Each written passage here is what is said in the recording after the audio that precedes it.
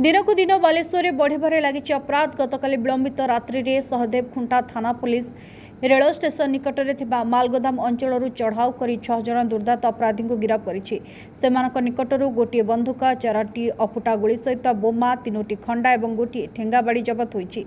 नहीं सांबादिक सम्मेलन में सूचना देते बालेश्वर अतिरिक्त एसपी देवज्योति दास।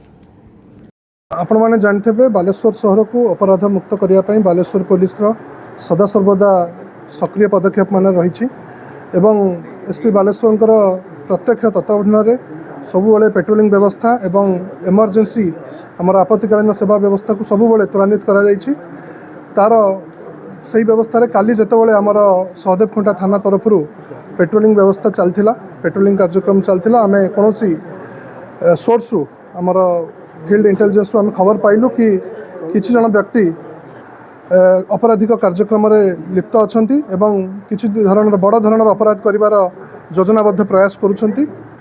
तो इमिडिएटली खबर पाई आईआईसी सहदेव खुंटा नेतृत्व में आमर जो पेट्रोलिंग टीम तुरंत से स्पॉट रे पहुँची एवं सेठू देखी कि 6 जन व्यक्ति सेठी प्रेजेंट अच्छा संदिग्ध भाव में से प्रेजेंट अच्छा सहित से कौन आपराधिक कार्यक्रम कर प्रयास करुँच।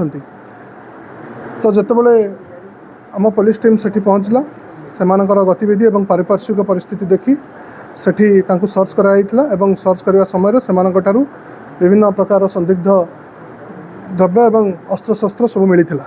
परवर्ती मुहूर्त में जितेबाला यहाँ इनक्वारी करागला एवं इन्वेस्टिगेशन आगू को बढ़ला जना पड़ला कि सेमाने एक्चुअली कौन अपराधिक कार्यक्रम कर गोटे बड़ योजनाबद्ध प्रयास करते। तो यही बाबद आम स्पॉट एवं से सीज करूँ गोटे हैंडमेड पिस्तल एवं 4टा लाइव एमुनिशंस ता सहित 3टा खंडा एवं 2टा अफुटा सुतली बम जोटा कि सेमाने व्यवहार करते ता सहित 2टा बाइक एवं 2टा मोबाइल इत्यादि आम सीज करूँ। जहाँ प्रारंभिक तदंतर जना पड़ुछि कि सेमाने गोटे योजनाबद्ध गोटे डकायती कर गोटे उद्यम करते जहाँ कि आमर आईआईसी सहदेव खुंटा नेतृत्व में आमर टीम निजर फील्ड इंटेलिजेंस को व्यवहार करी त्वरित पदक्षेप नहीं जो कौन प्रकार बड़ अघटन आम प्रिवेंट कर पार्थिलु।